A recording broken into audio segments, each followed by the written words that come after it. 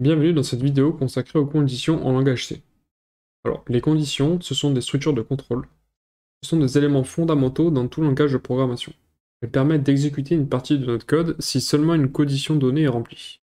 Dans cette vidéo, nous allons explorer les bases de l'utilisation des conditions en langage C, leur syntaxe et leur utilisation avec des opérateurs de comparaison, ainsi que les différentes façons d'utiliser les conditions pour contrôler le flux de notre programme. Allez, c'est parti. Avant de commencer à coder, j'aimerais juste vous montrer ce tableau. Donc dans la partie de gauche, vous aurez tous les opérateurs de comparaison, ainsi que leur signification sur la partie de droite.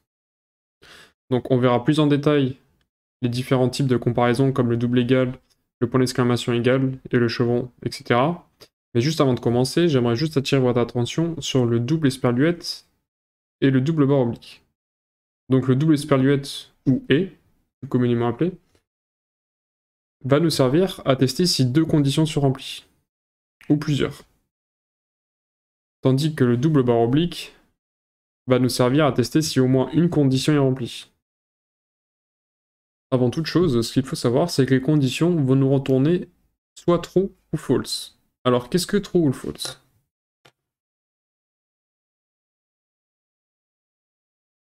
True ou false. Donc false, ça sera égal à 0. Et true, ça sera égal à 1. Donc admettons, je veux stocker une variable âge, qui sera égale à 26. Une autre qui sera le résultat de la comparaison. Et si là je fais âge est supérieur à 30, le résultat vaudra 0. Parce que ça sera false. On peut afficher ce résultat.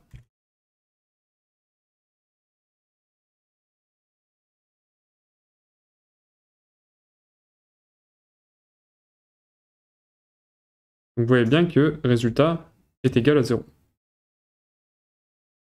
Et admettons, je mets 25. Là, logiquement, c'est censé me retourner 1. Vu que c'est true. Vu que la variable âge est supérieure à 25. Voilà, donc on peut aussi tester ça avec supérieur ou égal. Donc du coup, supérieur ou égal, on pourrait mettre 26. On pourrait aussi tester âge est différent de 30. Donc là, ça nous retournerait true. Le double égal, ça nous retournerait false.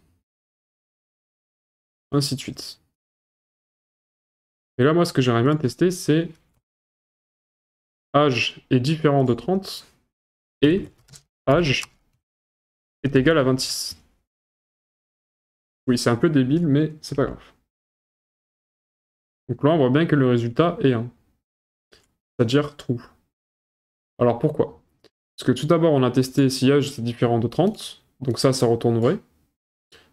Ensuite, on a appelé l'opérateur double esperluette, donc et, pour tester si âge était égal à 26. Donc là, vrai et vrai nous retourne vrai. Mais admettons, je mets âge est égal à 27. Qu'est-ce qu'il va nous sortir? Il va nous sortir vrai et faux. Du coup, ça sera forcément faux. Voilà. Et donc, si jamais, pour une quelconque raison, j'ai envie de mettre un ou, le ou va nous retourner vrai. Parce qu'il y a déjà eu une condition qui a été remplie. Que le âge est différent de 30.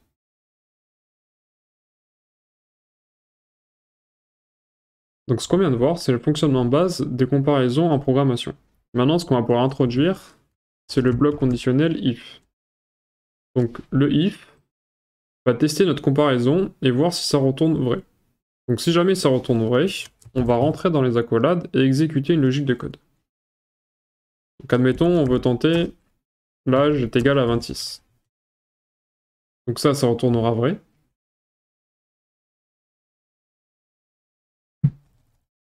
Donc on va faire un %d pour bien se rendre compte de ce qu'on code. Et on va passer âge au printf. Sinon, on va afficher autre chose.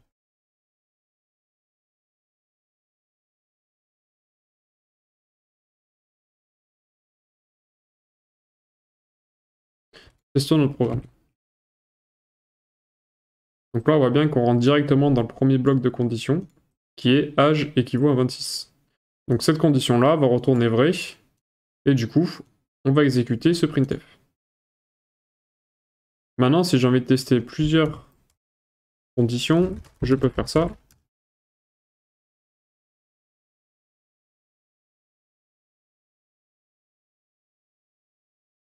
Ainsi de suite. On pourrait continuer pendant longtemps. Mais ce qui est pratique de faire, c'est d'avoir un code un peu plus structuré et se servir des else if. Donc là, je pourrais faire, donc si âge est égal à 26, je vais rentrer là-dedans. Sinon, si l'âge est égal à 27, je vais rentrer là-dedans. Et sinon, si aucune de ces conditions n'est remplie, je vais exécuter ce bout de code.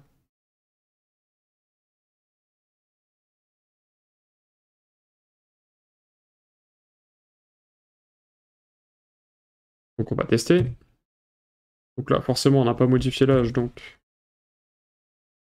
ça va pas marcher. Et admettons, on le met à 30. Donc là, on voit bien que l'âge est inconnu.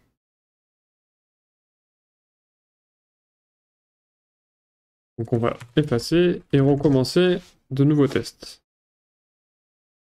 Donc l'âge, il va démarrer à 50. Et on va tester avec des opérateurs de comparaison. Donc ils vont être supérieurs ou égal ou inférieurs ou égal. Donc si l'âge est supérieur à 0,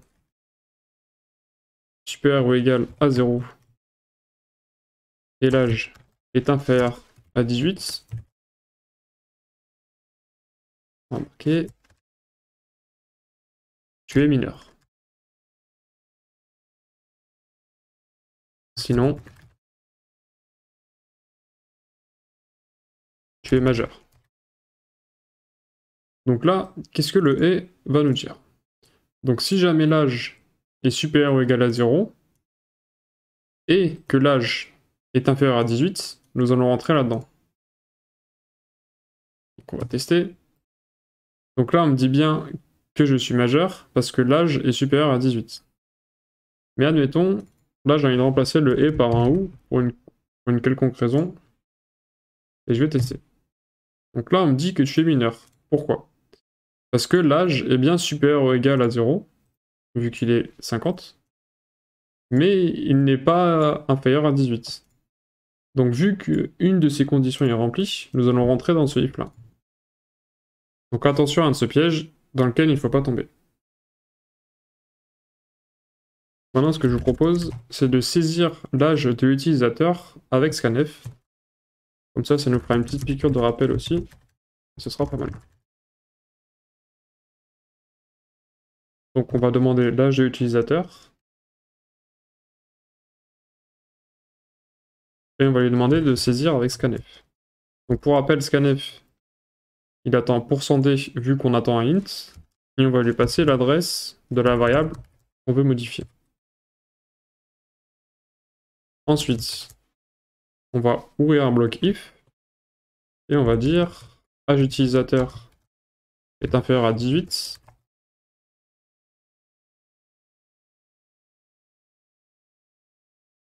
Et mineur.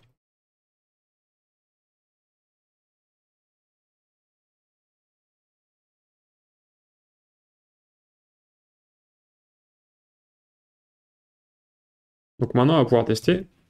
Donc si je rentre 15 ans, on me dit bien que je suis mineur. Et si je rentre 40 ans, on me dit bien que je suis majeur. Ok, top. Donc je pense que vous avez bien saisi le fonctionnement d'un bloc if, et j'aimerais bien vous montrer une autre structure de contrôle. Donc cette structure de contrôle s'appelle le switch. Donc le switch va nous permettre de tester plusieurs cas possibles, mais que si c'est strictement égal. Donc je vais demander à l'utilisateur de me renseigner une lettre.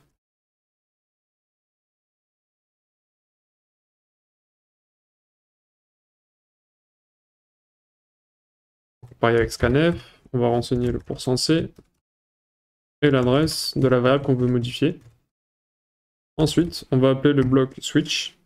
Donc switch, qu'est-ce qu'il attend? Il attend la variable qu'on veut tester.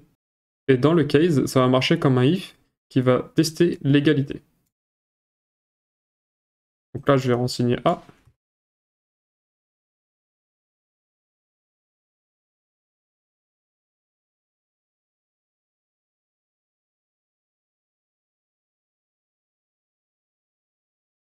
Donc je peux faire pareil pour B. Et pour C.